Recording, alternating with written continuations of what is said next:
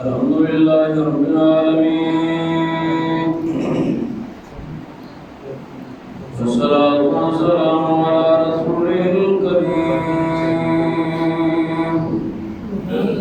وعلى آله وأصحابه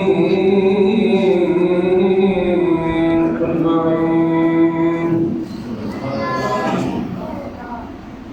أما بعد فأعوذ بالله من الشيطان الرجيم. بسم الله الرحمن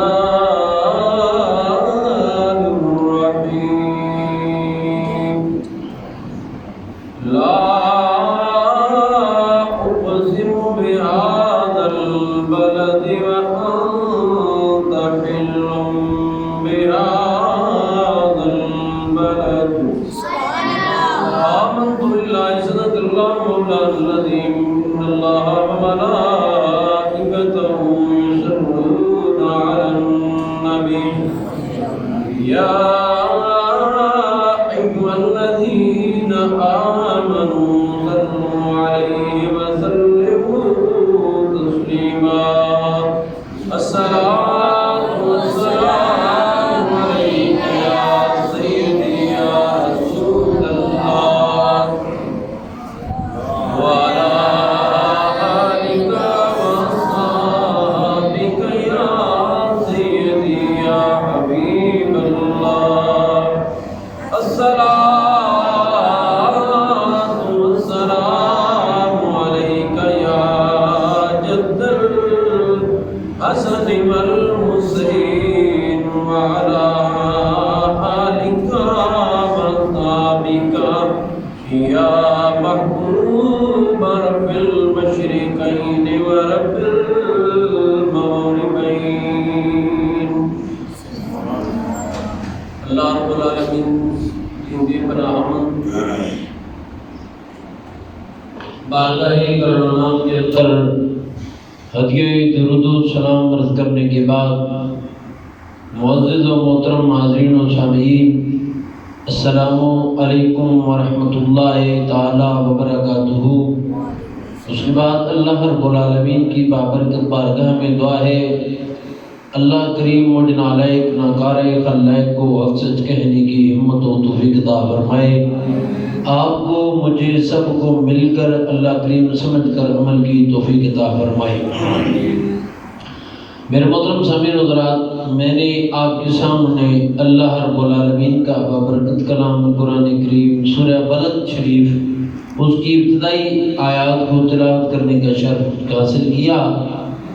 اللہ کریم اس کے اندر ارشاد فرماتے ہیں لا اقسم بہذا البلد وانت حل بہذا البلد۔ مالک ارض و سما کا اعلان ہے، فرمایا میری شان ہی نہیں کہ میں گلیوں کی قسمیں کھاؤں، وانتا اور اس حال میں قسم اٹھاتا ہوں کہ اے محبوب وانت حل بہذا البلد، اگر تم مکے میں خرامہ چلے تو مجھے مکے کی قسم ہے، اور اگر تم مدینے میں خرام راز کرے تو مجھے مدینے کی قسم ہے۔ محبوب تیرے چلنے کا انداز ہے، تو مکے میں چلے تو مجھے مکے کی قسم ہے، اگر تم مدینے میں چلے تو مجھے مدینے کی قسم ہے۔ یعنی پتہ چلا فی نفس ہی اس جا کو، اس مقام کو یہ رفت، یہ شان قدم مصطفیٰ کا صدقہ میسر آئی ہے۔ میرے محبوب کی قدم کا تصدق یہ عزت ملی ہے کہ حضور مکے میں چلتے ہیں تو مکہ عزت والا، حضور مدینے میں چلتے ہیں تو مدینہ عزت والا ہو جاتا ہے۔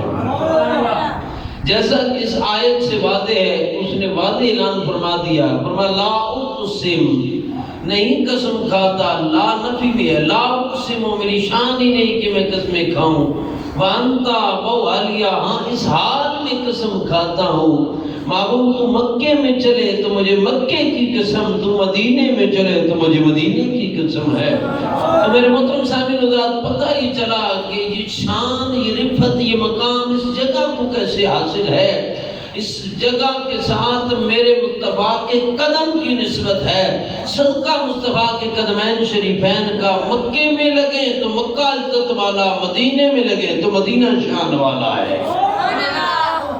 اسی لیے جب سرکار سید العالم صلی اللہ علیہ وسلم مدینے میں جلوہ گر ہوتے ہیں، حضرات توجہ فرمائیں، تو میرے کریم محبوب علیہ السلام خود دعا کرتے ہیں، عرض کرتے ہیں مولا جس طرح تو نے مکے کو حرمت والا بنایا ہے، مولا ابراہیم کی اس مکے کو حرمت والا بنایا ہے، تو یا اللہ میں تیری بارگاہ میں دعا کرتا ہوں میرے مدینے میں بھی حرمت والا بنا دے۔ اور پھر اس سے آگے چلے تو توجہ حدیث میں تو اور لطف ہے، میرے آقا کریم نے ہاتھ اٹھائے اور دعا کیا تھی، عرض کرتے ہیں مولا یا اللہ مکے سے دگنی برکت، میرے مکے سے دگنی برکت میرے مدینے میں نازل فرما دے۔ یعنی مدینے میں سرکار قدم رکھتے ہیں تو پھر مدینہ کیا شانوں والا ہو جاتا ہے۔ حضرت توجہ کیجئے گا، مکے کے لوگ آج بھی اس وقت بھی توجہ حضرات غور کیجئے گا کہ کہتے ہیں، سننے میں آتا ہے کہ لوگ جلالت والے ہیں، سخت مزاج ہوتے ہیں، تلخی ان میں زیادہ ہوتی ہے، لیکن مدینے کے لوگوں میں مٹھاس بہت ہے۔ مکے کے لوگوں میں سختی زیادہ ہے، مدینے والوں میں مٹھاس زیادہ ہے۔ اس کی وجہ کیا ہے؟ سرکار مکے میں جلوہ گر ہوئے، 40 سال تک آقا مکے میں رہے، اور 40 سال کے بعد میرے اور آپ کی کریم محبوب نے اعلان نبوت فرمایا۔ جب اعلان ہو گیا تو اس وقت ایسا ہوا کہ لوگوں نے آپ کو بڑا ستایا، تکلیفیں دی، بڑی مشکلات سید عالم صلی اللہ علیہ وسلم اور آپ کے رفقا نے کاٹی۔ پھر سرکار کو 3 سال تک شیب ابی طالب میں معصور رکھا گیا۔ اتنی مشکلات برداشت کرنے کے بعد سرکار نے جب مدینے کی جانب تشریف آوری کا پروگرام بنایا تو مدینہ کے لوگوں نے اپنی نگاہیں سرکار کی راہ میں فرشرا کر دی۔ سرکار مدینے میں آنا چاہ رہے تھے تو غلام ویلکم کرنے کے لیے روز گلیوں میں کھڑے ہوتے تھے، صبح سے لے کر شام تک کھڑے ہوتے، شام کو واپس چلے جاتے۔ پھر دیکھتے، کیونکہ اس وقت ٹیلی کمیونیکیشن کا سسٹم نہیں تھا کہ کسی طرح پتہ چلتا کہ کون کب آئے گا، کس وقت آئے گا۔ یہ خبر چلی تھی مدینے میں کہ سرکار آ رہے ہیں، اطلاع آئی تھی کہ آمنہ کا راز چل پڑا ہے مکے میں، تو اب کیا پتہ کہ کب سرکار کی تشریف آوری ہو جائے۔ تو مدینہ کے لوگوں نے اپنی نگاہیں اب فرشرا کر دی کہ جب بھی سرکار آئے ہم ویلکم کرنے کے لیے حاضر بیٹھے ہیں۔ اب اس محبت کا تصدق، اس محبت کی وجہ سے آج بھی مدینہ کے لوگوں میں مٹھاس پائی جاتی ہے، یہ حضور کی نسبت کا تصدق ہے۔ توجہ حضرات والا کہ مکہ کے لوگوں نے بھی اسلام قبول کیا، حضور کی غلامی میں آج، سوائے جن لوگوں نے حضور کے ساتھ مطلب جو بھی معاملات کیے ان سے ہٹ کے۔ پھر یہی وجہ ہے کہ ان لوگوں میں طائف کے وہ لوگ تھے جنہوں نے میرے محبوب سید العالم صلی اللہ علیہ وسلم کو پتھر مارے۔ توجہ حضرات، جب پتھر لگے نا سرکار کے جسم اقدس کو، اللہ اکبر، حضرات توجہ رکھو، وہ محبوب کا محبوب جسم جس کے اوپر خلاق عالم مکھی برداشت نہیں کرتا، دیکھتا نہیں ہے، محبوب کے جسم پہ مکھی نہیں بیٹھ سکتی، اس پہ سرکار کے اس مقدس جسم پہ پتھر لگ رہے تھے، اور جسم اقدس لوہان ہو چکا تھا، اور خون سرکار کے جسم اطہر سے نکل کے آپ کے قدمین شریفین تک پہنچ گیا۔ آپ بیٹھتے تکلیف سے نڈھال ہو کے، دشمن پھر کھڑا کر دیتے، آمنہ کلام پھر چلنا شروع کرتا، پھر بٹھا جیسے آپ پھر پتھر پھینکے جاتے، پھر آپ کو ستایا جاتا، یہ سلسلہ چل رہا تھا۔ پھر سرکار بیٹھتے، پھر چلتے، یہ سلسلہ چلتا رہا، یہاں تک کہ کریم ایک باغیچے کے اندر تشریف فرما ہوئے۔ آمنہ کلانے باغیچے میں اتنے میں توجہ کرنا، فرشتے آ گئے اور عرض کی محبوب اللہ نے ہمیں آپ کے پاس بھیجا ہے، ہم آپ کے پاس اللہ کی حکم سے اور اللہ کے فرامین مبارکہ کی تابعداری میں آئے ہیں، آپ جو حکم فرمائیں گے ویسا ہی ہم کریں گے۔ پہلے بادل کے فرشتے آئے، عرض کی سنا تیرا حکم ہو تم بارش برسا کے تباہ کر دیں۔ محبوب نے فرمایا نہیں یار ایسا نہیں کرنا، پھر کیا ہوا؟ ہوا کے فرشتے آ گئے، انہوں نے کہا سونا حکم ہو طوفان برپا کر دیں گے، تباہ و برباد کر دیں گے۔ میرے محبوب نے فرمایا ایسا بھی نہیں کرنا۔ پھر پہاڑوں پہ حاکم فرشتے آئے، انہوں نے کہا محبوب تیرا حکم ہو پہاڑ ملا دیتے ہیں، ان کو تباہ و برباد کر دیتے ہیں۔ میرے محبوب نے فرمایا ایسا بھی نہیں کرنا۔ پھر فرشتے آئے، سونا حکم ہو زمین کو پلٹ کے رکھ دیں گے، تباہ و برباد ہو جائیں گے۔ میرا محبوب فرماتا ہے فرشتوں رک جاؤ، اب ایسا ہوگا میں دعا مانگوں گا، تم نے آمین کرنی ہے۔ میں دعا کروں گا، تم نے آمین کرنی ہے۔ اب دعا مانگنے والا کون ہے؟ رحمت للعالمین۔ سرکار نے ہاتھ اٹھا دیے۔ اب سرکار نے ہاتھ اٹھائے تو کیا کہا؟ اللہ ہمیں دے قومی فہم لا یعلمون، یا اللہ اس قوم کو ہدایت عطا کر دے کہ مجھے نہیں جانتے۔ تو صحابہ نے ان کی سونا یہ پتھر مارتے ہیں، آپ دعائیں دیتے ہیں۔ فرمایا چپ کر جاؤ صحابہ، میں دیکھ رہا ہوں ان کی نسل میں ایسے لوگ ہوں گے جو میری غلامی میں آ جائیں گے۔ پتھر لگنے کے بعد بھی سرکار دعائیں دیں۔ اچھا یار مجھے یہاں ایک لطف کا ایک جملہ یاد آ رہا ہے، توجہ فرمائیں۔ خلاقی عالم نے امت پہ، امت کی جانب سے اس ناروا سلوک پہ جو قوم نے میرے محبوب کے ساتھ روا رکھا، اس ناروا سلوک پہ اللہ نے سید العالم صلی اللہ علیہ وسلم کو اختیار عطا فرمایا کہ بابو تو جو چاہے گا ویسا کریں گے۔ سمجھ آ رہی ہے نا ذرا؟ جیسا تو کہے گا ویسا کریں گے، جیسا تو فرمائے گا ویسا معاملہ ہوگا۔ اب توجہ مجھے ایک منٹ کے لیے عطا فرمائیں۔ فرشتے اللہ کے حکم کے مطابق مصطفیٰ کے پاس آئے اور فرشتہ پہنچ کے یہ اذن چاہتا ہے کہ سونا جیسا آپ کا حکم ہو ویسا کروں گا۔ اب ذرا توجہ میری جانب رکھیں۔ طائف کے لوگ پتھر مار رہے تھے، طائف کے لوگ، سمجھ آ رہی ہے میری بات؟ طائف کے لوگ پتھر مار رہے تھے اور سرکار کے جسم ناظرین کو زخموں سے دوچار کر رہے تھے۔ ان کے معاملے میں بھی اللہ حبیب کو اختیار عطا فرماتا ہے۔ محبوب جیسا تو چاہے ویسا ان کے ساتھ سلسلہ اور معاملہ کر دیا جائے گا۔ تو ایک منٹ کے لیے مجھے یہ بتائیں کہ اگر پتھر مارے ان کے ساتھ بھی جو معاملہ خالق نے، جو بھی معاملہ میرے مالک نے کرنا ہے وہ مصطفیٰ جیسا فرمائے گا ایسا کرے گا۔ تو ایک منٹ میں یہ مجھے جواب عطا فرمائے، جو ہو مصطفیٰ کا غلام، جو سید عالم صلی اللہ علیہ وسلم کی وفاداری میں رہتا ہو، کلمہ مصطفیٰ کا پڑھتا ہو، غلامی میں رہتا ہو، شب و روز مصطفیٰ پہ درود پڑھتا ہو، ذکر مصطفیٰ میں مگن رہتا ہو، یاد مصطفیٰ میں مگن رہتا ہو، اس کی آنکھیں ذکر مصطفیٰ سے نم ہوتی ہوں، دل مصطفیٰ کا ہو، جان مصطفیٰ کی ہو، اور اگر اس کا میزان پہ عمل والا سلسلہ کم ہو جائے، آپ کو شاید قدر دیر بعد سمجھ آئے گی، سمجھنے کی کوشش فرمائیں۔ بھائی طائف کے لوگ پتھر مارے اور پتھر مارنے والوں کے معاملے میں اللہ حبیب کو اختیار دیتا ہے۔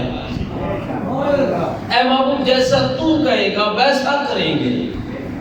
سمجھ آ رہی ہے نا ذرا؟ جیسا تم فرمائے گا ویسا ان کے ساتھ معاملہ ہوگا۔ تو قیامت کے دن مومنین میں سے وہ لوگ ہوں گے جو ہوں گے سید عالم کے غلام، غلامی میں زندگی گزاری ہوگی، نماز بھی پڑھی ہوگی، روزے بھی رکھے ہوں گے، نگاہوں میں شرم و حیا بھی ہوگا، ماں بہن بیٹی کی عزت بھی محفوظ، رزق حلال کمایا ہوگا، کسی کو تکلیف بھی نہ دی ہوگی، پھر بھی عمل کم ہو گئے۔ اب میزان پہ تو عملوں کا سلسلہ ہے نا، تو جو ہے نا وہاں تو عمل تولے جائیں گے، کس کے عمل تھوڑے ہیں زیادہ ہیں وہ تو عملوں کا سلسلہ تول جائے گا، تول کے اور حساب و کتاب کے بعد انسان کو جنت میں بھیجا جائے گا۔ کچھ ایسے ہوں گے جن پہ غفور رحیم ویسے رحمت کی نگاہ فرما دے گا۔ دعا کرو ہمیں ان میں شامل کر دے۔ ہم حساب دینے کے قابل نہیں ہیں، اگر وہ لے ہم سے حساب تو کوئی ایسا نہیں ہے کہ جو حساب دے سکے. یہ اس کی گرفت والا معاملہ ہے. توجہ حضرات، وہ رومی کشمیر نے بڑے کمال کی بات اس مقام پہ فرمائی تھی. آپ نے فرماتا کہ عدل کرے تے تھرے تر کمل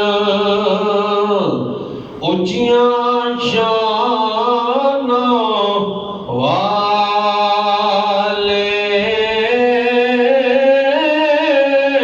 اور فضل کرے تے بخش جان میں ورگے مکالے.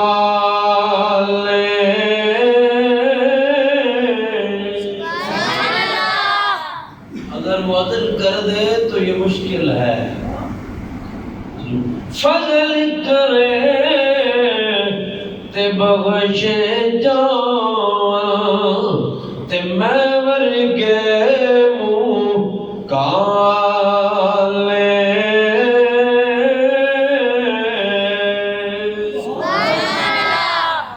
دعا کرو وہ ہمارے ساتھ فضل والا معاملہ کر دے، عدل والا معاملہ نہ ہو، ورنہ ہمارا تو ایک دن کا حساب مشکل ہے، ایک گھڑی کا حساب مشکل ہے. سمجھ آ رہی ہے نا ذرا؟ اب اس کے عمل کم ہو گئے، بندے کے عمل تھوڑے تھے، پورے نہیں تھے. تو یہ بتا سکتی ہوں کہ قیامت کے دن اس کے معاملے میں فیصلہ کرنے کے لیے اللہ حبیب کو بلائے گا کہ نہیں؟ سمجھ آ رہی ہے؟ اللہ حبیب سے پوچھے گا سونا اب بتا تیرا غلام ہے، تیرا ذکر کرتا تھا، تیری یادوں میں رہتا تھا، تیرا ذکر کرتا اور تیری غلامی میں رہ کر میری بندگی کرتا تھا، تیری غلامی میں رہ کر میرے حضور جھکتا تھا، تیری غلامی میں رہ کر میری اتباع میرا حکم میں چلتا تھا. معبود تو بتا اب کیا معاملہ کرنا ہے؟ تو معبود کیا کریں گے؟ یا اللہ یہ بندہ جیسا بھی ہے اس کو چھوڑ دے، بس میری نسبت سے جنت عطا کر دے. یار کا جیسا اشارہ ہوگا ادھر غلام کا جو معاملہ ہوگا وہ سوارا ہوگا، مقدر بنا دیا جائے گا. نہیں دیکھا جائے گا حساب کا معاملہ، نہیں دیکھا جائے گا کہ اس نے کیا کیا. تو عرض کرنے کا مقصد یہ میرے بھائیوں، نبی سے بن جائے، نبی کے ساتھ تعلق بن جائے تو پھر معاملہ یہ ہوگا. اب طائف کے لوگوں کا معاملہ اللہ نے حبیب کی سپرد کیا. معبود جیسا تو کہے، جیسا تیرا حکم، جیسا تو چاہے گا ویسا کر دیا جائے گا. اب مصطفیٰ کہیں گے مولا یہ طائف کے لوگ برے ہیں، میں مانتا ہوں انہوں نے میرے ساتھ برا کیا، اچھا نہیں کیا، لیکن مولا میں یہ بھی چاہتا ہوں ان کی اولاد میں اچھے ہوں گے. سمجھ آ رہی ہے نا؟ اولاد میں اچھے ہوں گے. مولا وہ اولاد ان کی نسل سے چلے گی تو یہ چلے گا تو اولاد کیسے آئے گی؟ مولا یہ بدبخت ضرور ہے لیکن میں ان پہ نگاہ نہیں رکھتا، میں ان کی اولاد پہ نظر رکھتا ہوں. حضرات سمجھ آ رہی ہے نا؟ میں ان پہ نہیں، ان کی اولاد پہ نظر رکھتا ہوں، ان کے عیبوں کو نہیں دیکھتا، ان کی اولاد کی اچھائیوں کو دیکھتا ہوں. وہ جو بعد میں آئیں گے تو مولا ایسا کر دے، بس میں ان کے لیے ہدایت کی دعا کرتا ہوں تو مولا ان کی آنے والی نسلوں کو ہدایت عطا کر کے میری غلامی عطا کر دینا. تو میرے پیاروں مجھے ایک بات کا ارشاد فرماؤ کہ اگر طائف کے لوگ پتھر مارے، سمجھ آ رہی ہے نا؟ طائف کے لوگ پتھر مارے اور ان کا معاملہ مصطفیٰ کی کچہری میں آ جائے تو مصطفیٰ ان کے لیے پھر بھی رحمتوں کی چادر بچھا دیتے ہیں. اگر معاملہ غلاموں کا مصطفیٰ کے پاس آ گیا تو حضور کالی کمری اوڑھ کے اللہ کی بارگاہ میں عرض کریں گے مولا ان سے عمل میں کمی ہو گئی تو کوئی بات نہیں، غلام تو میری ہی تھے نا، میری غلامی بھی تھے. مولا ان کو نہ دیکھ، بس میرے صدقے معاف کر دے، میرے صدقے معاف کر دے. سمجھ آ رہی ہے ذات کی کوئی نہیں؟ اب تک جو کرنا اس سے آگے کر کریں. قیامت کا دن ہوگا، حدیث نبوی ہے، میرے آقا فرماتے ہیں قیامت کا دن ہوگا نا تو اللہ کریم اپنے حبیب سے فرمائے گا اے محمد و احمد. یہ حضور کے دونوں نام ہیں، ایک عرشوں پہ پکارا جاتا ہے، ایک فرشوں پہ بلایا جاتا ہے. محمد یہ زمین پہ مصطفیٰ کا نام ہے، اسم ذات ہے، اور ایک آسمانوں پہ احمد ہے، یہ مصطفیٰ کا آسمانوں پہ نام ہے.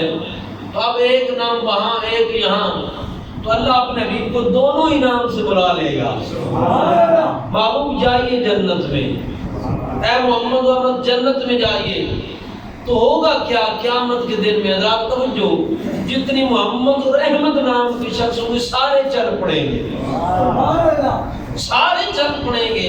کہنے والوں نے اور علماء نے اور صلحاء نے اور فقہاء نے محدثین نے لکھا ہے اپنی اپنی کتابوں میں، اور فرامین مصطفیٰ سے عرض کیا ہے، میرے مصطفیٰ نے فرمایا اپنے بیٹوں کا نام میرے نام پہ رکھا کرو.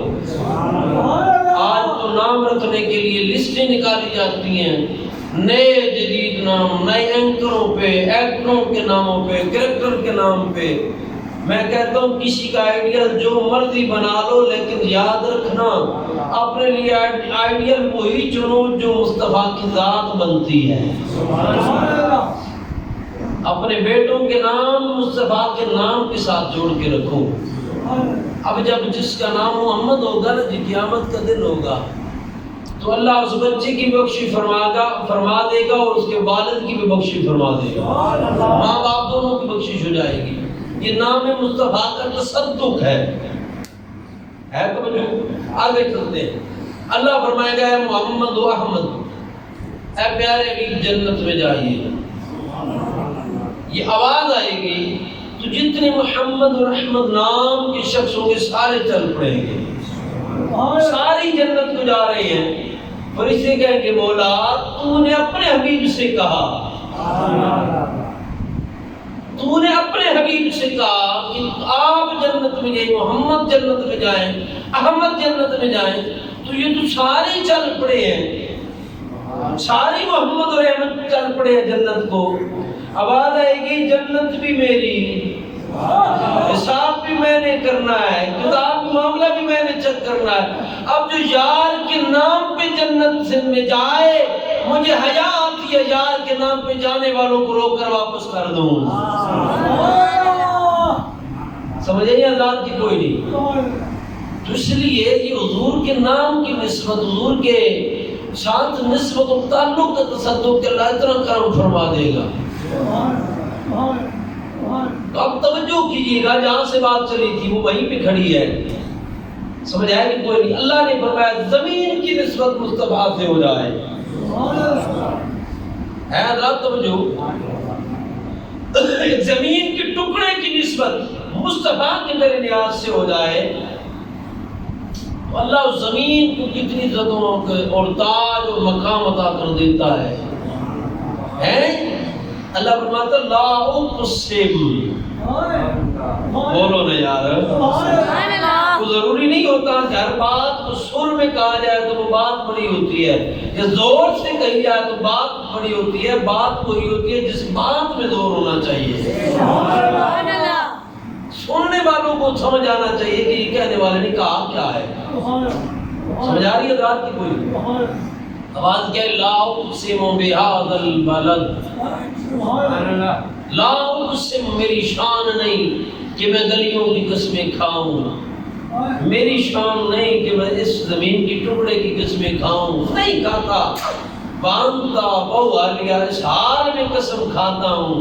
بابو تم مکے میں خراما چلے تو مجھے مکے کی قسم ہے، تم مدینے میں چلے تو مجھے مدینے کی قسم ہے. تجھے زمین کے ٹکڑے کو اتنی عزتیں، اتنا مقام، اتنی رفعت، اتنی شان، اتنا مرتبہ کیوں ملا؟ اس وجہ سے ملا کہ اس کی نسبت مصطفیٰ سے ہو گئی تھی، اس کا تعلق مصطفیٰ سے جڑ گیا تھا. اس تعلق کی بنا پہ اللہ نے اتنی عزتیں عطا فرما دی. زمانے کو اٹھایا اور وہاں پہ کھڑا کر دیا. کہا لوگوں جس نے حج کرنا ہے وہاں جاؤ، عمرہ کرنا وہاں جاؤ،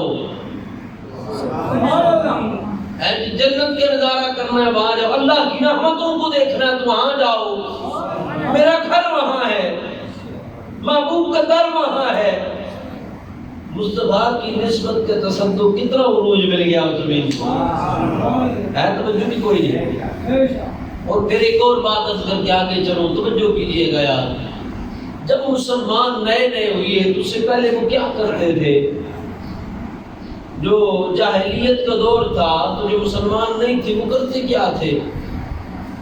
عبادت کے لیے بتوں کے سامنے جھکتے تھے، ہے تو مجھے کوئی بیدار بیٹھے ہیں نا، بولے نا، میرے قریب قریب ہو کر بیٹھا کریں تاکہ مجھے سمجھ آئے کہ میرے سامنے سماعت کر رہا ہے کہ نہیں۔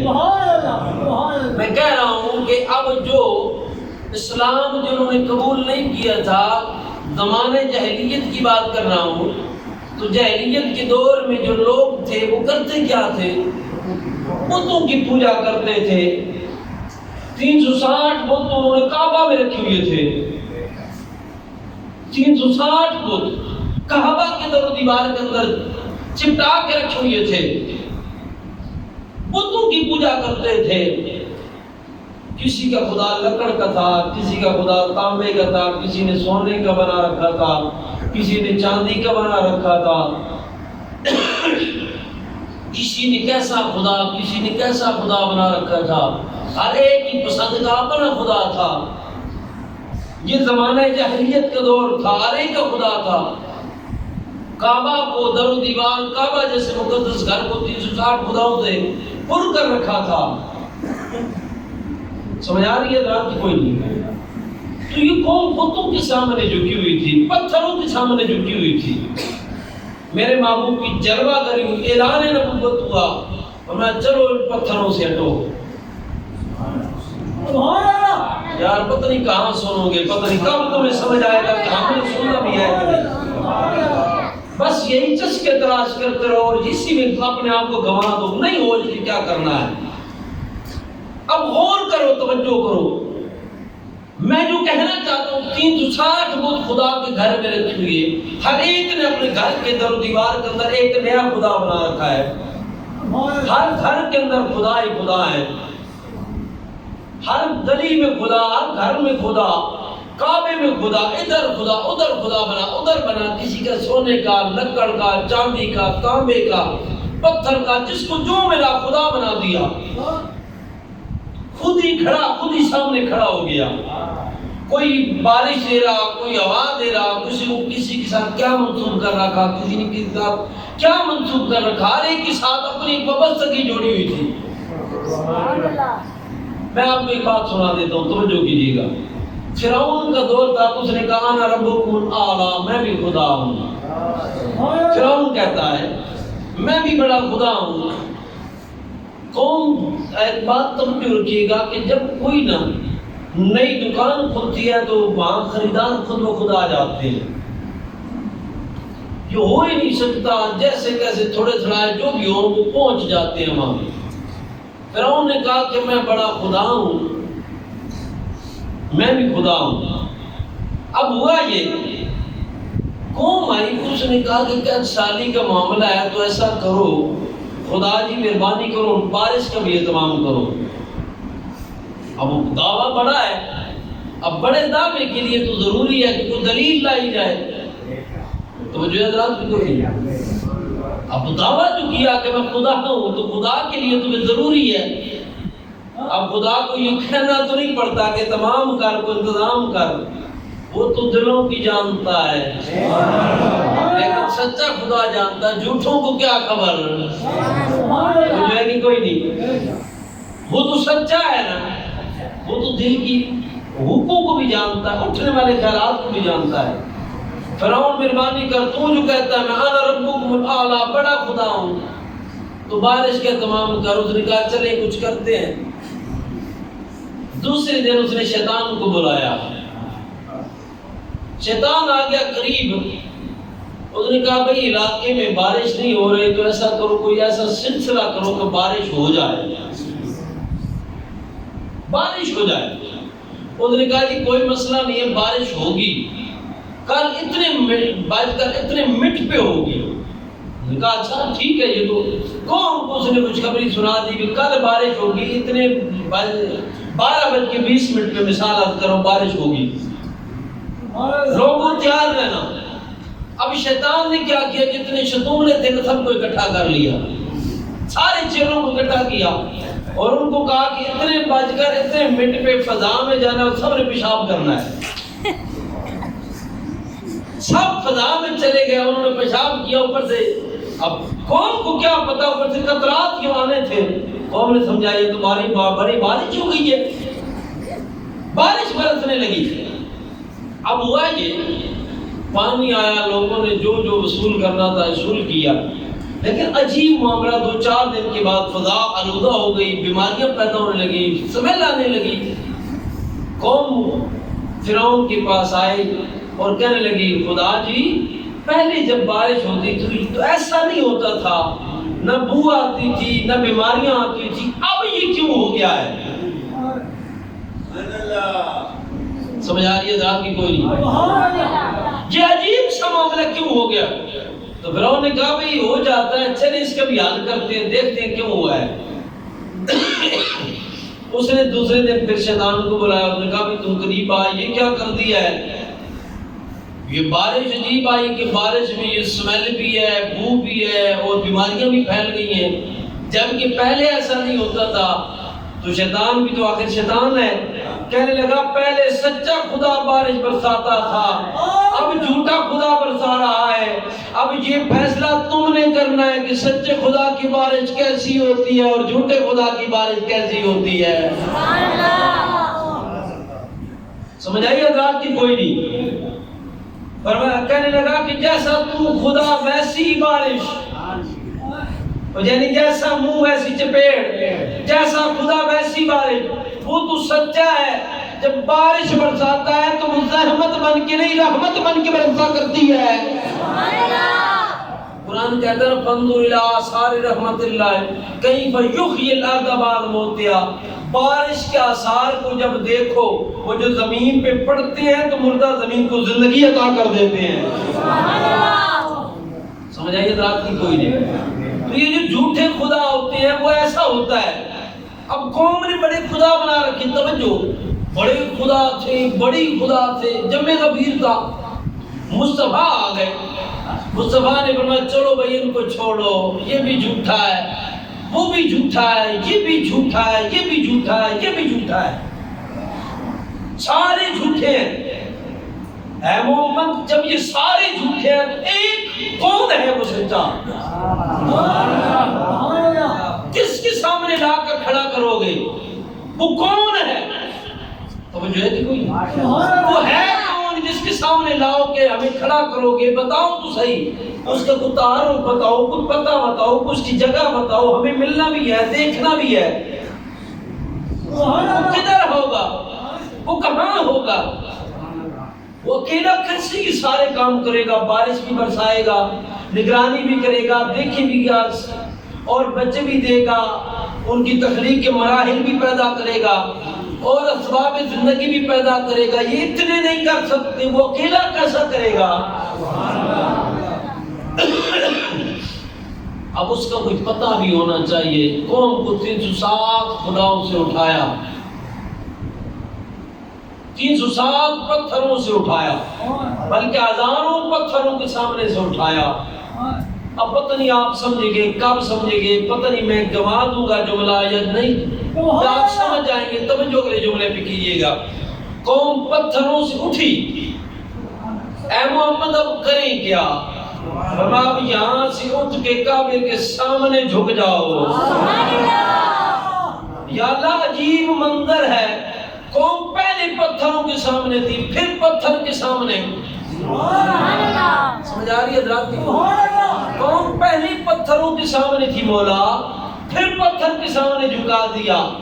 فرق کیا ہے؟ فرمایا سائلوں فرق بڑا ہے، نسبت کو دیکھو،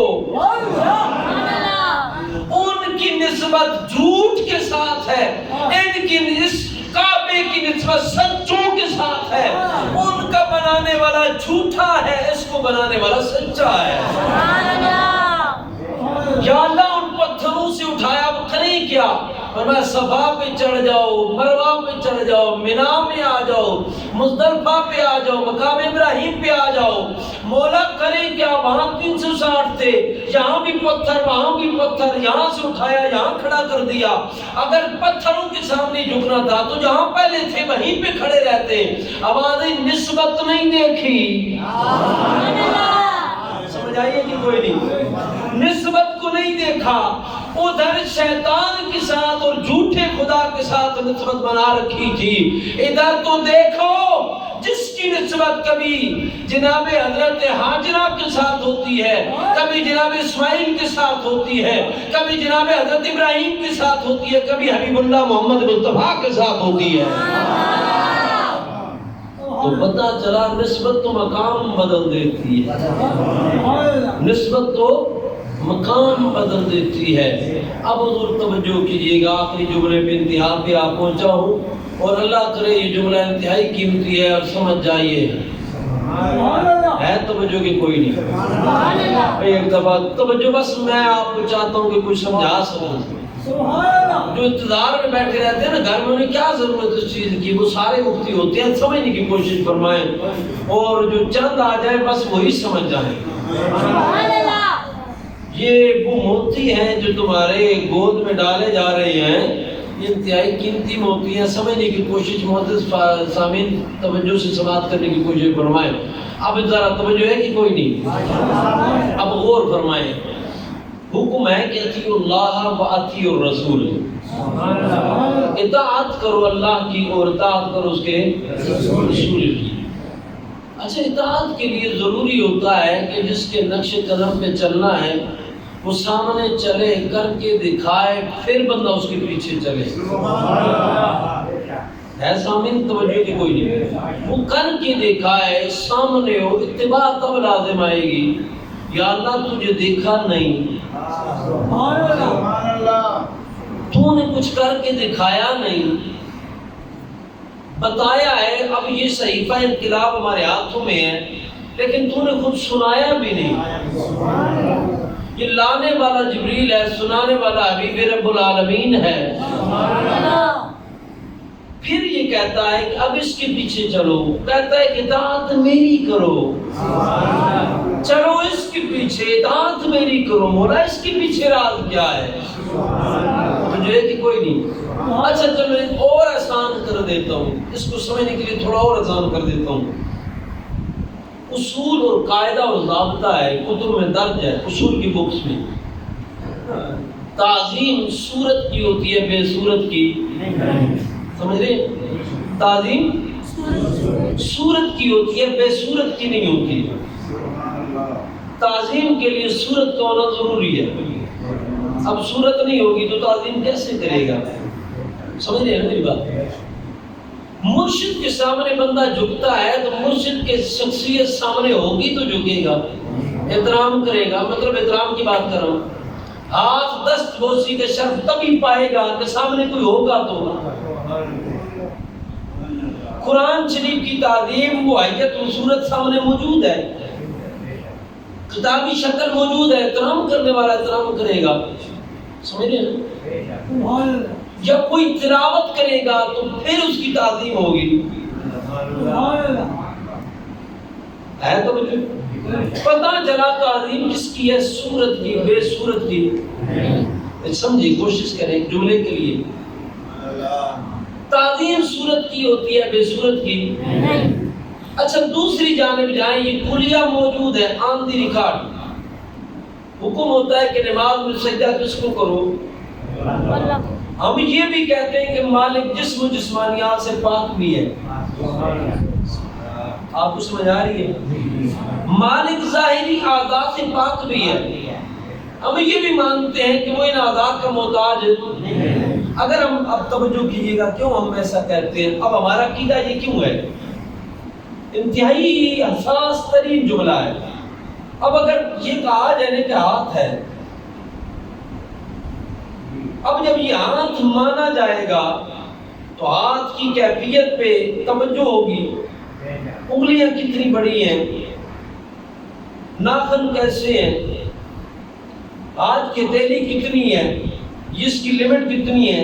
1 فٹ ہے، آدھا فٹ ہے، 6 انچ ہے، 10 انچ ہے، کتنی ہے؟ تو صبر آئے گا کہ نہیں؟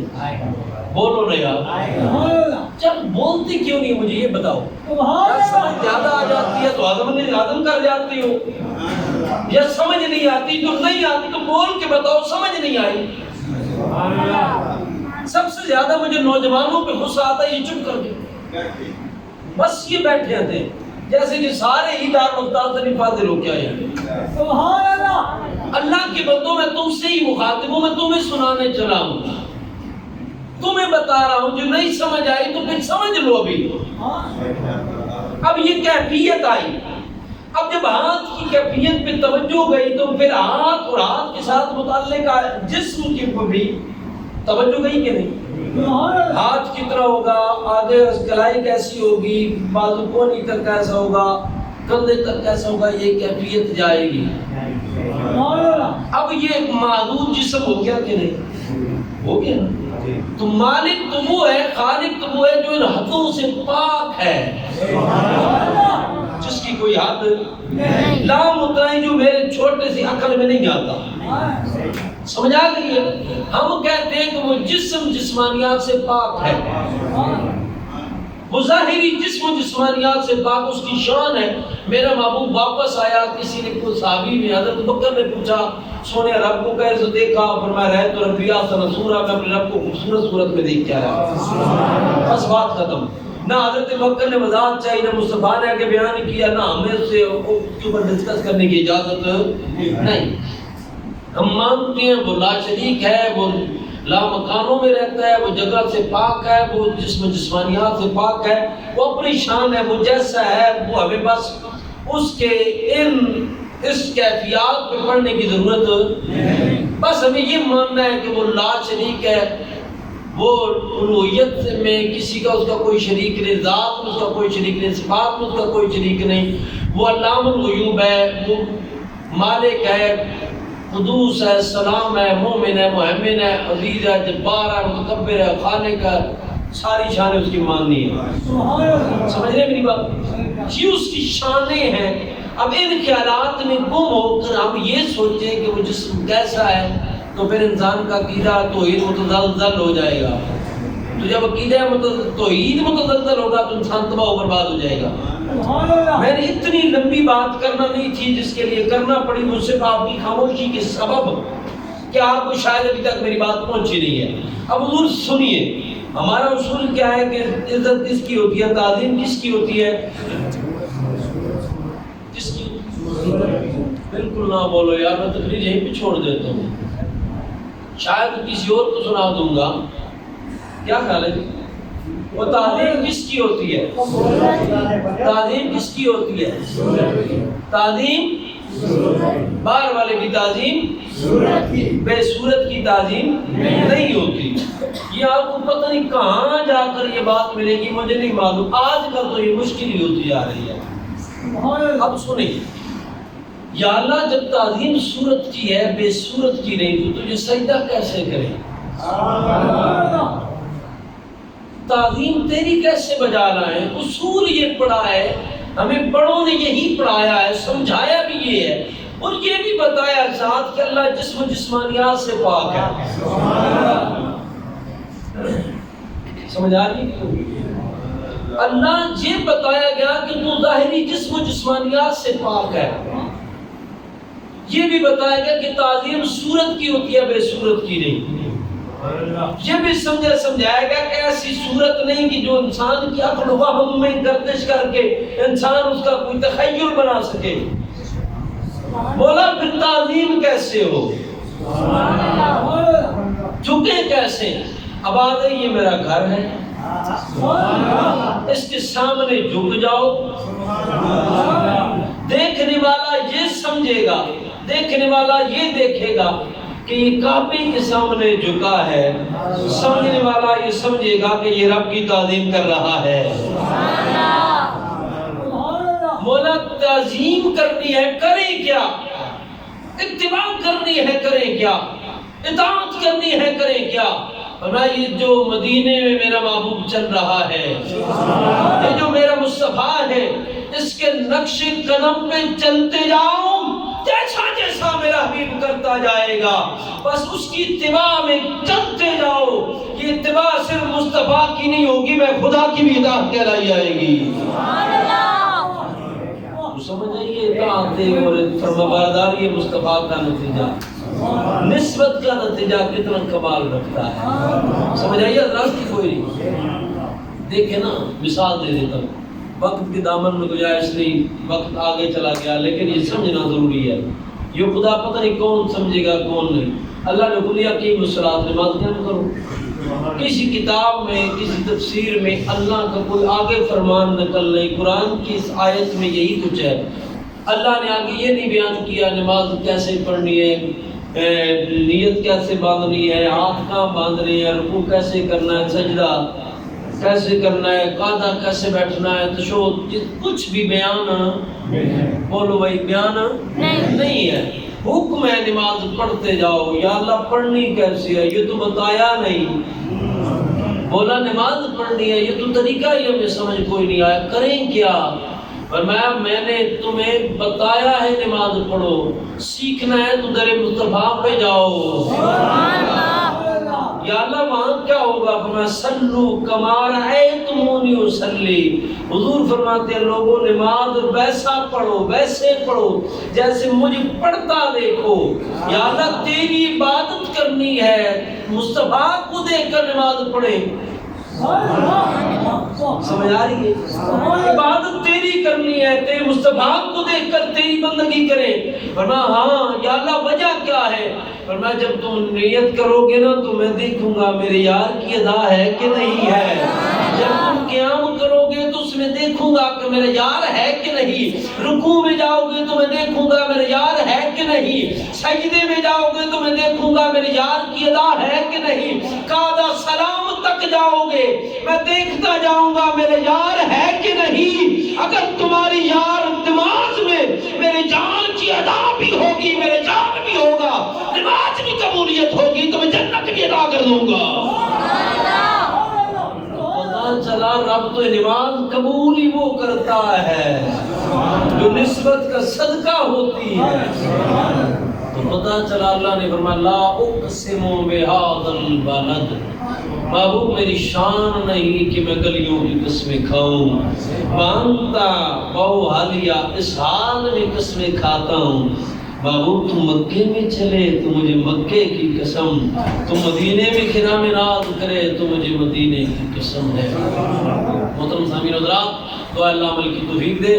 آخر پہ پچھلے جمعہ پہ بھی جو عرض کیا تھا وہ حاجی محمد رفیق صاحب ہمارے نمبردار صاحب، انہوں نے کہا کہ یہ آپ سب خاموش رہیں تو میں اس کے اوپر خود بات کروں گا، اگر وہ میری بات پہ آئے تو ٹھیک ہے، ورنہ اس کے اوپر جو بھی آگے عملی اقدام ہوگا پھر کریں گے۔ تو اب